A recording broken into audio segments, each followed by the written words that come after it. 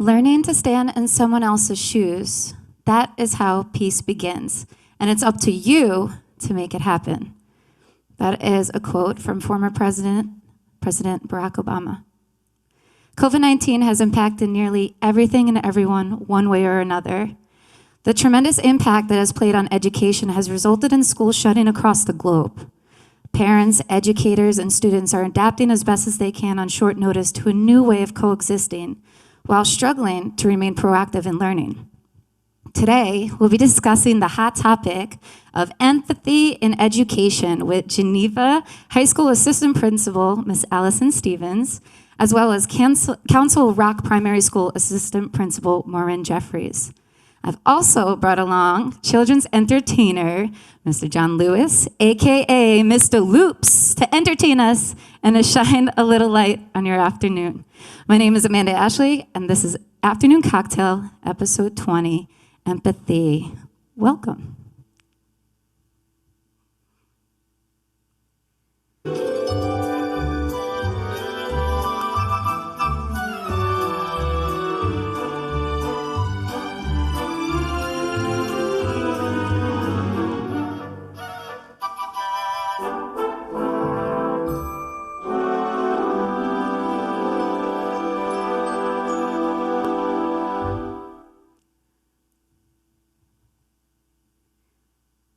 Mr. Loops, are you with us? Hello, I am.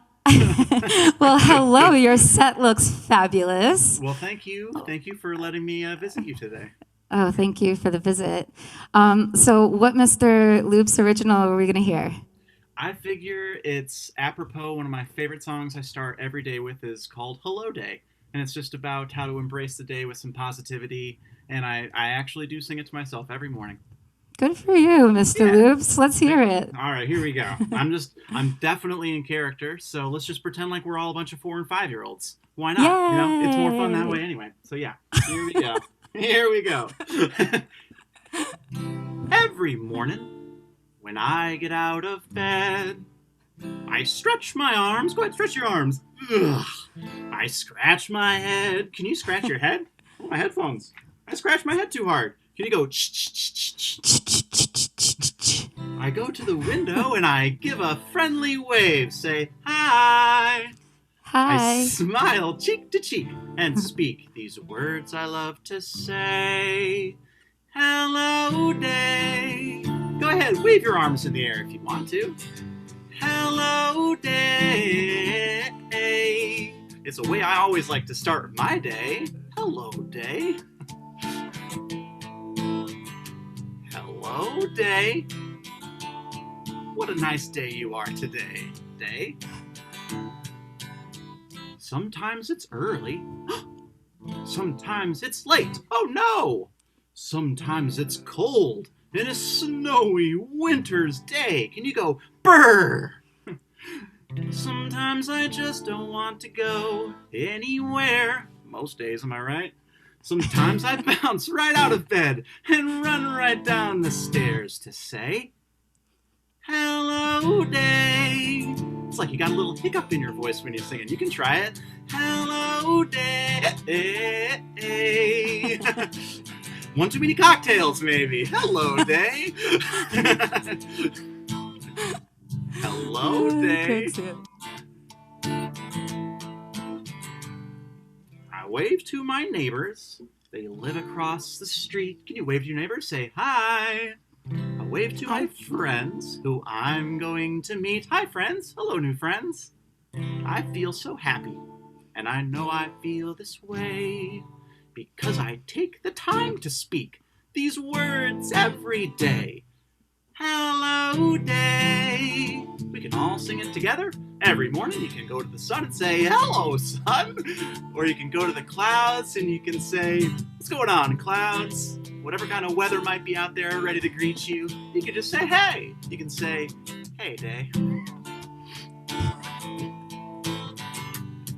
Well, it's a good way. Hey, are we having a good day? Yeah. It's a good way. Hey, are we having a good day? Yeah. It's a good way. You know, Mr. Loops has a lot of wax in his ears, and he's wearing these big headphones. Are we having a good day? Yeah. There it is. It's a good way. Think we're having a good day. Then at night, when I'm tucked into bed, I've got my teddy bear and a pillow for my head. We can tuck ourselves into bed. We can make sleepy sounds like. You might hear them from mom and dad's house, is something I say to children. Or from her bedroom. I smile, cuz I know what's on its way. Tomorrow brings a whole new chance for everyone to say, hello, day. It's such a nice way to start the day. Hello, day. Hello, day. One more time. Hello, day. Woo, Mr. Loops. Way to start us off. Thanks. It's so funny, playing music this way. You don't even know how you sound or what's going on. So it's really a silly time. I like it. I never know what's going on. Same. All right. Well, John, Mr. Loops. Hi. Tell us a little bit about your backstory. How did you come across? How did you end up becoming Mr. Loops? Well, what was your influence? I love telling the story because it speaks to kind of how I generally go about things. But how it started was I was a singer-songwriter starting to play music. I got started a little bit later than a lot of people that I knew. I was about 25 and I started to really get out there and start playing. And really naturally, I play a lot of like simpler songs. My own songwriting is very, very simple, melodic stuff. And when I was got like my first gigs, I really didn't know that they would hire one person to play for 3 hours. And I was like, huh? Like, that's okay. That's what people do. Sure. So I used a loop pedal when I would go to coffee shops like Towpath Cafe back when it was open. They really let me, they saw me play their open mic and they said, hey, you've got like a youthful energy. Why don't you host like a youth open mic for us? Even though I was 25. I was like, okay. And so I started hosting that using a loop pedal, and people used to start coming to my shows and families used to start coming. And I was doing these videos at the same time where I would do loops, and they were really silly songs. I didn't think of them as children's music at all. They're just really silly songs, and in the beginning of each video, I would go, loops, and then I would start my loop. And this family that used to watch me showed up to one of my shows, and they said, hey, it's Mr. Loops! And the parents came up, and they're like, hey, my kids like your videos. I feel like you could try it and make a go of this. And I was I had not considered that at all, despite how naturally it did end up coming to me. But I saw it as a way to diversify what I do a lot, and also maybe do some good with music that could really make an impact. So I volunteered at nursery schools and daycare centers for about a year until I was just full-time Mr. Loopson all the time. So wild. Have you ever watched, I just got turned on to it. I never saw it before like a month ago, but Pee-wee's Playhouse. Have you ever watched it? Oh my God, it's so hilarious. I still got my Pee-wee pull string doll. Oh, really? It's kind of weird because it's from like the late 80s, and so it's kind of ran out of batteries, so when you pull it, it's like a demon Pee-wee at this point. As if he wasn't creepy enough. Yeah, exactly. It's kind of frightening, but I grew up on that stuff. When you watch that stuff back now, like it's on Netflix, it is kind of weird. Like it's very odd. It's incredible though. Like, a lot of what you do, so Paul Rubens is Pee-wee. Yes. And he is, I didn't realize, aside from the development of his character, he produced, he wrote, he's quite the artist. All the work, every time I watch that show, I'm like, I can't believe the amount of production that was put behind every single one of those episodes. And John, I'm blown away by you. You are a grassroots children's entertainer, and all the production you put behind each of your shows is really, really impressive. So you're writing the music, you illustrate. How long have you, I mean, you illustrate and then the way you put yourself into your illustrations, like I see your videos, it's really impressive. You're such an Thank you. artist. I mean, how long does it take you to like put together one show like that? It's funny. It's definitely an exercise. It's a lot of work. It's very much on par with like theater production. Doing children's, any sort of content for kids is very similar to theater production, and I really love theater production too. And I've done animation is also, and filmmaking has been a passion of mine since I was a kid. So I did stop motion animation on VHS to VHS, reel to reel editing when I was 6 or 7 years old, and that was like my first medium. And then when I started to do kids music, I realized that the videos, there's a lot of power that comes from being able to be in control of your own production and move things forward at your own pace. So I thought if I could try to mix all of these passions I've had before into Mr. Loops, maybe I could have these animations and I could start to come up with content for a television show or a YouTube show. And it really just blossoms out from there. A music video takes a long time. I mean, it's like a 2 week to a 1 month full-time job to produce an animated music video using the stop motion that I do. Honestly, like I can't believe it doesn't take more. Like I mean, And I'm not that's like surprised I'm by that. well oiled now. Like I've done it a lot, Yeah. so it's like I know how to. I don't, no pun intended, how to cut corners. But I try to maintain like a real sense of individuality to each project, so I don't cheapen out any of the process. But I've been able to streamline it a little bit. So how often are you doing a Mr. Loop show these days? Is it like once a week? You were doing a few a week at one point, weren't you? Yeah. When quarantine started, I realized that actually I just did like a regular singer songwriter Facebook live, and somebody mentioned, hey, if you came on every day at like 10 in the morning, families would just have something to look forward to. You could just kind of start bringing an aspect of what I do at preschool to a live, Facebook show. So I did it for 2 straight weeks every day, and I was pretty burnt out because I was just doing so much to try to prepare. It's a lot, yeah. So now I do it every Wednesday. I did it for a full week for my birthday because I thought that would be fun, and I had like a new ode to cheese, video. And I thought that would be kind of a fun way to feel connected to people over my birthday, especially as well.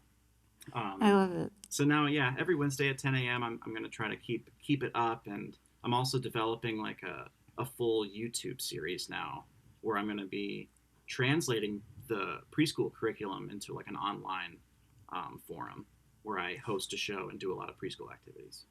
Good for you, John. I mean, I know so you had mentioned preschool, so you teach preschool. I mean, art imitates life, right?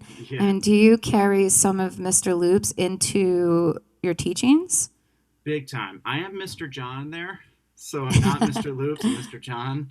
But I got into this preschool because I DJ'd their graduation as Mr. Loops, and when I was there, I was just. What happened there is I had a big turning point for me because I realized how much I respected and was straight up confused by how good the teachers were and their relationship with the families.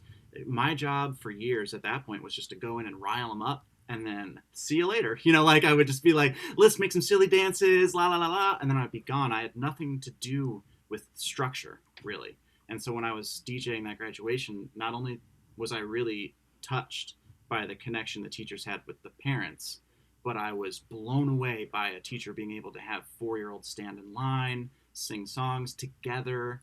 And I thought, what if I could do both? Then I would really have a good foundation for what I wanted to do with my life. So I'm definitely very much Mr. Loops there. I play all my Mr. Loops songs. I play Hello Day every morning. The kids know all the lyrics and all the little parts along with it. And it's like market research too. Like I'm there, like the cheese song and the baby birdie song I wrote at preschool. And when kids would respond to certain lyrics, I'd be like, there we go.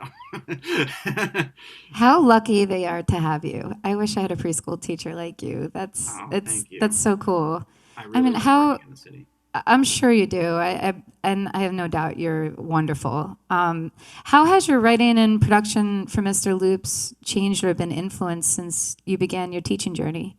I have a really much before it was more relying on sort of a natural silliness and like an ability to connect with kids that brought me to where I could be Mr. Loops, along with the support of the people who were in my life that really helped me embrace doing it. Because at first I was kind of bitter about it. I was like, why does everybody care about Mr. Loops and not me? Yeah. But now using like the structure and real teaching skills that I've picked up at preschool, I can do more with conflict resolution and embracing how to build thoughts and use these tools that I'm really lucky to have structured education with in preschool. It's really cool because it's not just silly times. I can kind of engage the kids more and actually hopefully incite some creativity more than I was before. Super cool. So now where can our audience be directed to your work? Where can they find Mr. Loops on YouTube and what's your website? Yeah, YouTube is great because I'm doing lots of animations right now while I'm home. I've done a lot of nursery rhymes and music videos and stuff. So Mr. Loops Productions on YouTube is where you'll find all my videos. There's going to be a lot more being added to Facebook at Mr. Loops, and then my website is meetmrloops.com. You can email me. I'm starting to get some, socially distant birthday parties, where I'm going to be able to play like in a corner over there while the kids are dancing.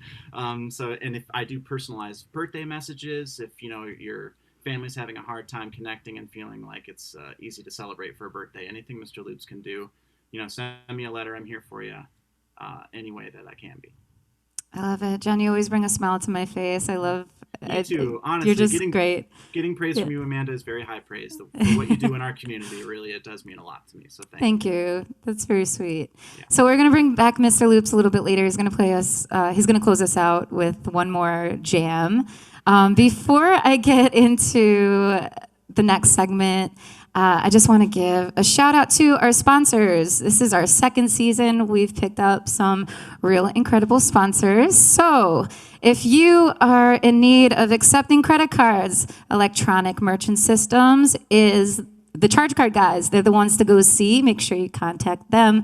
Also, Untamed Events, if you have any party planning needs or any questions regarding this crisis and how you could carry on with your lives, Untamed Events, RebeccaDodge.com. And a shout out to Jewish Senior Life, to my residents at the Jewish Home of Rochester.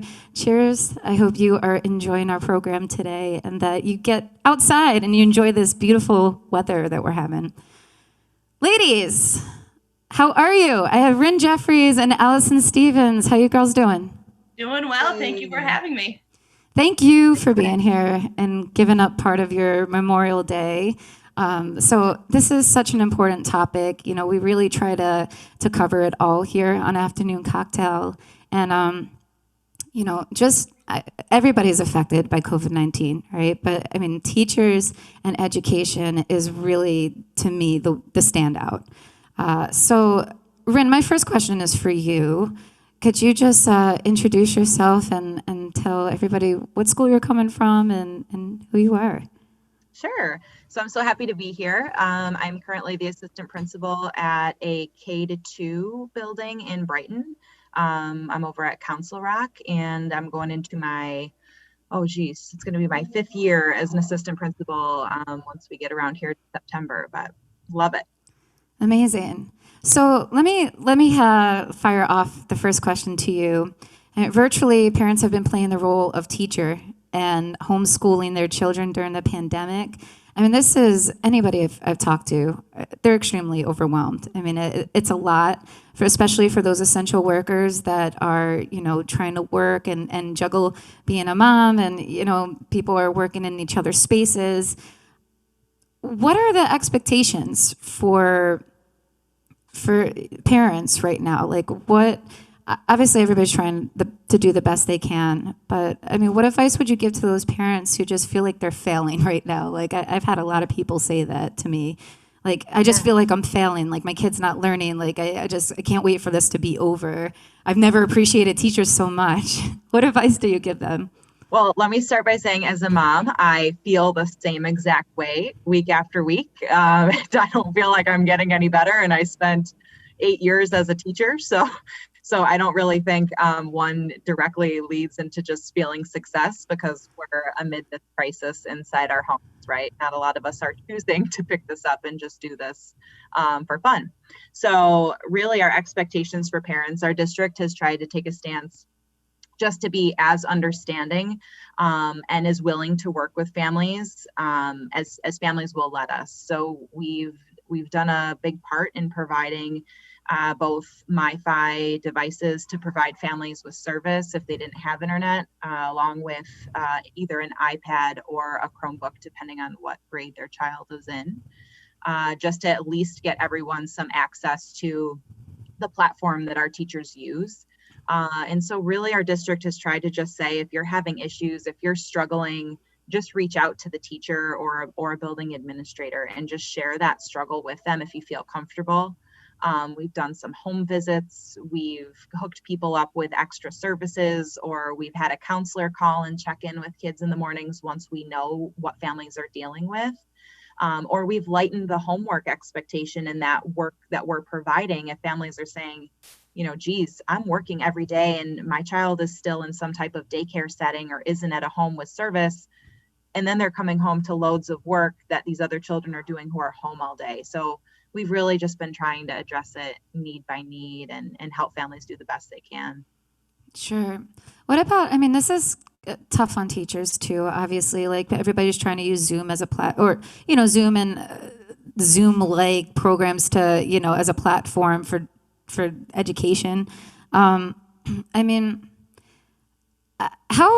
serious, for the teachers, when they have to grade assignments, not every mother, those mothers that are working during the day, they can't always guarantee that they're going to get it at a certain time. They might have to, the kids might have to turn in those assignments later, so are these teachers pretty much working around the clock? What's their expectation from you guys? Yeah, I'm seeing Allison shake her head too. Absolutely, they are.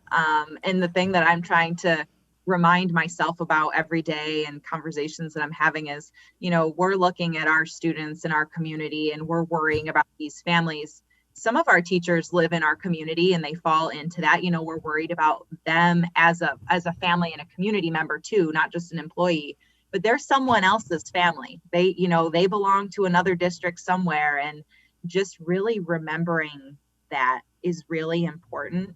And I think the thank yous that our teachers have received really go a long way, just to let them know and recognize that they're at home as a mom or a dad, oftentimes doing the same thing themselves.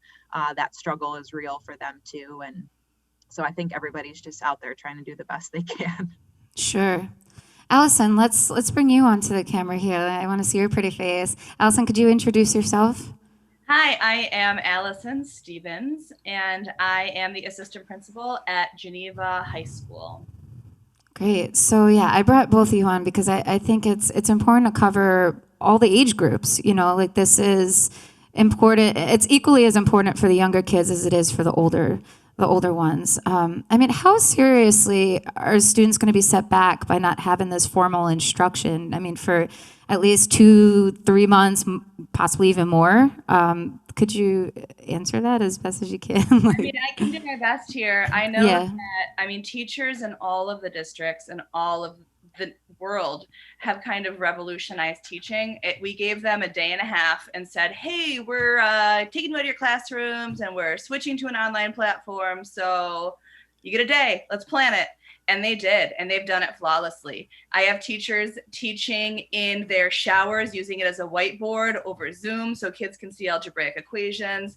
I have teachers doing Zoom backgrounds and flip grids and all sorts of really cool things online for their students. They're trying to make it a classroom experience, but keep it digital. And I know their hearts are breaking because they miss their kids. And I miss my staff and I miss my kids. And when it comes to learning loss and the setbacks, we are in a global pandemic. It's an equal playing field. This isn't your traditional summer learning loss.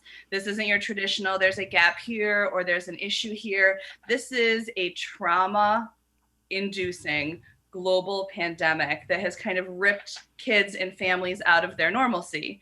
And so, in all honesty, we're not incredibly worried about learning loss and the gap in skills that is going to happen in these couple of months. We're worried about kids and families' social emotional states. We're doing what we can. We have lunches available for our breakfast and lunch every day for families who need it. We have counselors and social workers who are reaching out to all of our families because Geneva is a town and a city, so it's quite rural. And then it's quite populous. So we run the gamut. And so we're doing everything we can to make sure that mental states are okay, because as Rin said, it's really difficult to get kids plugged in. And what you don't think about with the older kids is that puberty has a huge impact, and this trauma response we're seeing is the give up, the I don't care, it doesn't matter. And so combating that is more important to me than combating learning loss right now. Sure. Mental health is so huge. I mean, we did earlier this week, we had a special on mental health, you know. I mean, this affects us as adults, you know, and to see the impact on kids, it's really sad, you know. Like I teach music lessons, and, you know, I have all ages, and I'm seeing the effect and how it wears, you know. Like I think the kids had such hope that they were going back, even if it was for a few weeks, and, you know, it tears their heart apart, you know. They miss their friends, they miss that routine. Mm-hmm. So my question is, what about students graduating? I mean, given our current situation, has the needs to meet graduation requirements been a little bit more forgiving? I mean, how did that work? Because they didn't finish their school year. So each school district is kind of approaching this in a different way. When it comes to graduation requirements, New York State Board of Regents decided that they were going to cancel Regents exams for June and August. And for your viewers who are unfamiliar with Regents exams, specific courses throughout your high school career culminate in a New York State test that every student who takes that course has to take throughout the state. And that is part of the New York State graduation requirements. So you have one in English, you have 3 in math, you have 1 in science. There are ways to do advanced Regents diplomas. We have AP exams. So New York State Regents canceled their exams. College Board Advanced Placement or AP exams still happened, and those happened in the last 2 weeks. And for the first time, they were digital. They're typically a 3-hour in-person exam. Kids got 45 minutes in an online platform, and it was interesting. We have some college courses where kids are working with their teacher because they'll get a college grade and then they'll get a high school grade. So graduation requirements look very different depending on where you go. In my school, our situation, for the 3rd marking period, we said we are doing a do no harm policy. So wherever kids were when they walked out, the last day we had kids in our building for formal classes was on March 12th. We gave our teachers March 13th, which was a Friday, and March 16th, which was a Monday, to prepare for online learning. And then March 17th, our kids came in. They each picked up a Chromebook and a charger and a stack of work. And that's the last time we saw them. So when the kids walked out the door on the 12th in the 3rd marking period, their grade could not get any lower. It could only go higher. In our 4th marking period, we're doing online learning. We're also offering a paper option to any student who needs it. And I go into the school once or twice a week and scan any paperwork that students turn in. And for the 4th marking period, the lowest grade you can get is a 55. And then we're doing increments of 10. So you can get a 55, 65, 75, 85, 95, or 100.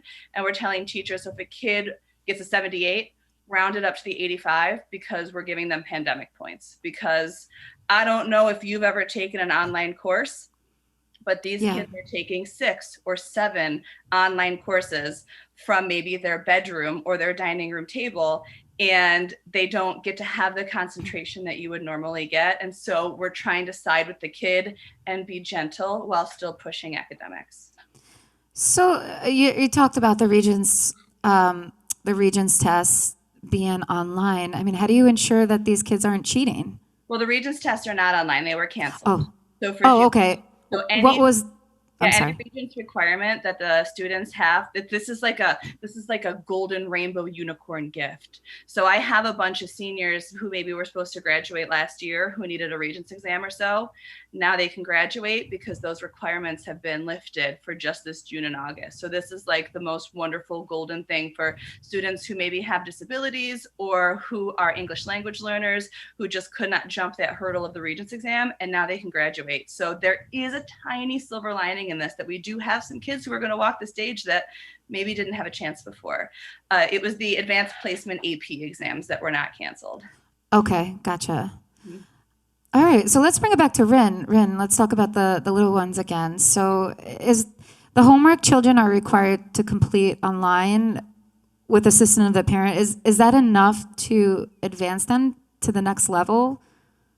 Yeah, so I think everybody starts with the hope that what they're presenting is as closely aligned with what they'd be addressing in the classroom. Just a little bit different from Allison's work in a different way. It's still addressed at the high school level, but it just looks a little bit different. But so much of our curriculum really for those 5 to 8-year-olds is social emotional learning and learning from peers, learning with peers, learning how to problem solve. And so that's not as easily recreated through this platform, unfortunately. And I think will be the big lift for us when we return, is to make up that time. But our teachers really tried to pull from the New York State standards and look at the power standards, and really addressing the core concepts across the major competencies in math, and most particularly reading at our level 2.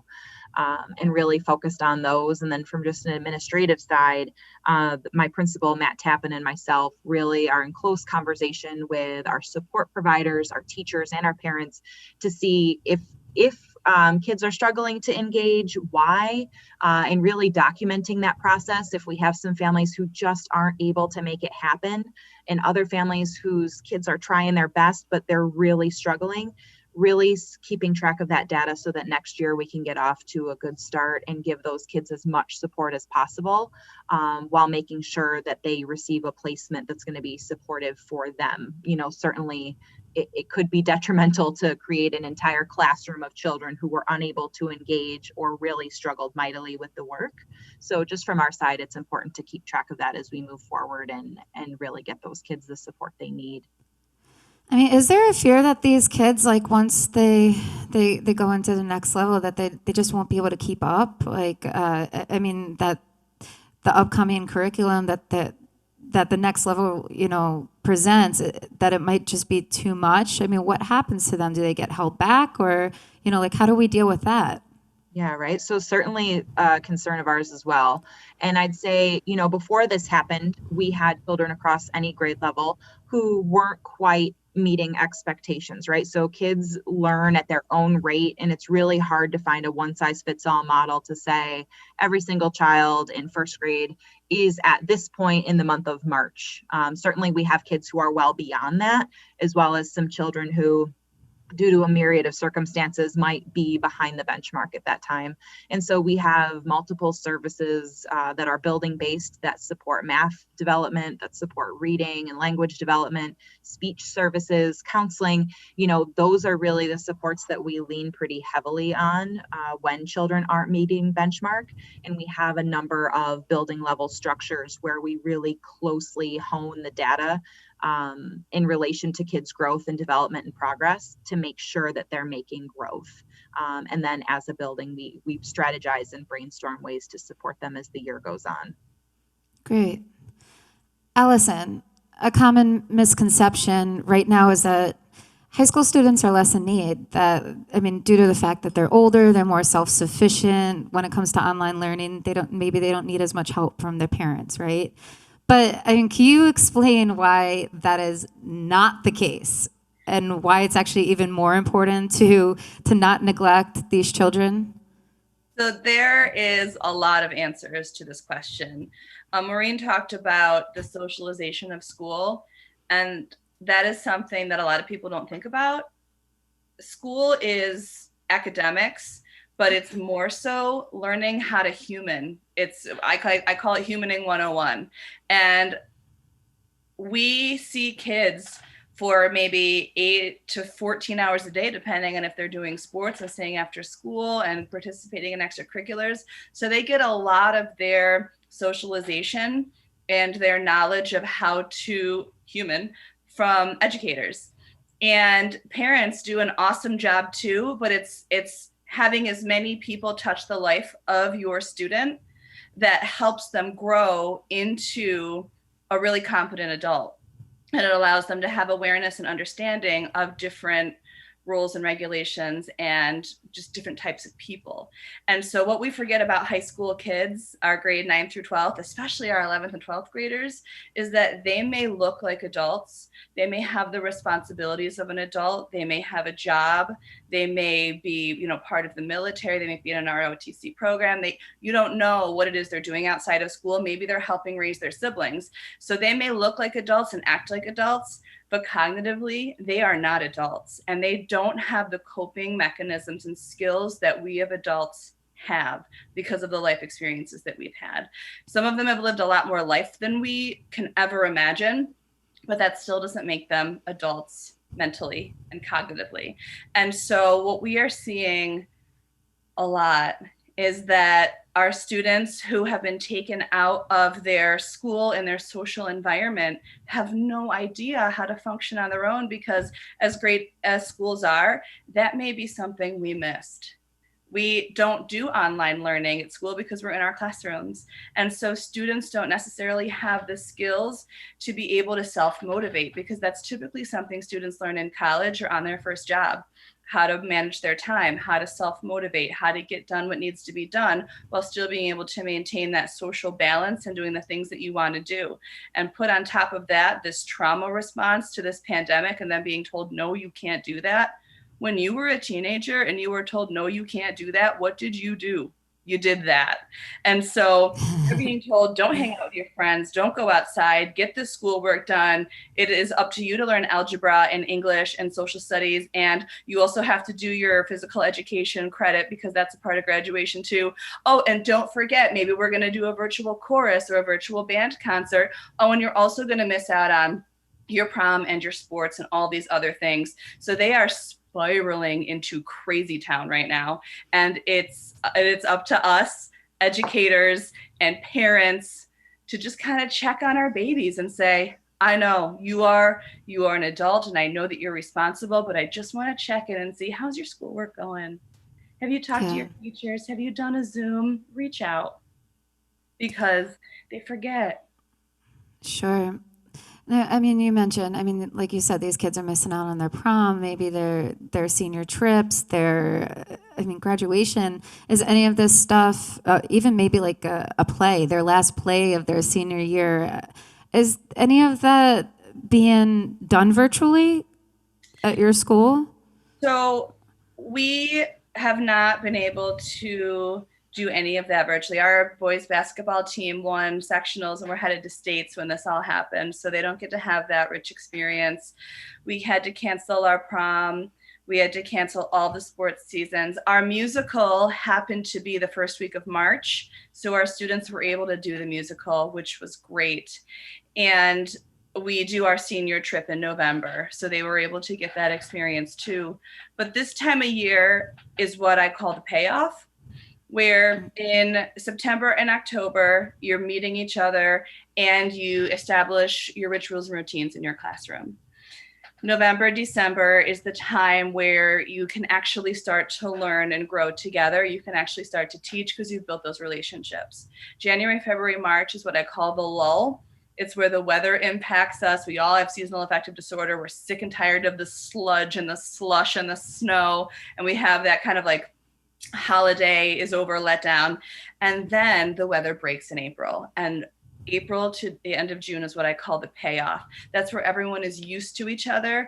You can learn, you can joke, you can really grow together. And this is the time of year that like the rebirth happens for kids, for teachers, and everyone, administrators, everyone is happy to be together. And you have that sort of end of the year up where everybody just it's delightful. If you have never been in a classroom, maybe think back to maybe your senior year or your junior year when that spring came and that feeling. It's a magical feeling that you just can't replace.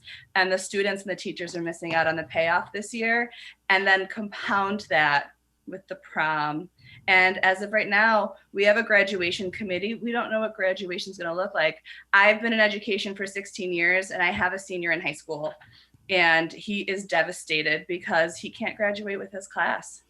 And so sad. Yeah, and so we right now have plans A, B, C, and D for our graduation until we can get told you can do this or you can do that, or parents can't come or it has to be virtual.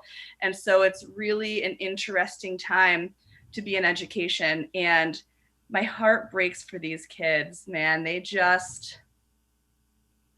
seeing the senior signs in the yards as you're driving in the community, it's heartbreaking. And I really hope that this experience makes them kinder and softer and it doesn't harden them. Sure. Thank you both for everything that you do. I know this has got to be extremely difficult for everybody. And, you're holding it all together as best as you can. I know you both very well personally, and your schools are lucky to have you. So thank you guys so much for giving me your time today and for sharing your perspective on all of this. Ms. Loops, can you make us happy again? Okay. Please. You guys make me so happy. I just want to say also, Rin and Allison, you guys both echoed the sentiment of us being on a level playing field in education right now and trying to be creative with how we're connecting with our students. So thank you for all that you guys are doing. It's inspirational just to be in your company. Yeah. I wrote a song about cheese. Yay. I like cheese. I do love cheese. And this is I thought, what can I do to make a love song? Because I play a lot of oldies for kids because they're so fun and goofy. But then I was like, they're also just all love songs. Why don't I try to write a love song that kids can really get behind? So I wrote the Ode to Cheese. Walk into the kitchen 'cause my tummy grumbled out. I know the one food I need to feel better now. As I open the refrigerator door, oh no! I'm shocked to find there isn't any more. Oh no! Hear how I weep for cheese, oh cheese, I need you, won't you please return to me? I need that cheesy flavor that I crave. You know you will always be the only snack for me. I won't live without cheese one more day. I don't wanna. Every single day, I want cheddar cheese on my plate. Yummy! Cheesy really reigns supreme. I think you're really great. That's a pun. So cheesy. What can I do to see you here today? Well, having no cheese? That's unreasonable. Totally not feasible. We need cheese on the table right now. I miss the picnics that we used to take. And the way you make my sandwiches taste. Hear how I weep. You see me begging down on my knees. Give me cheese, give me pretty, pretty cheese. Give me mozzarella, provolone, Swiss cheese too. Never order one cheeseburger, always two. Oh, how you cheese me off my feet.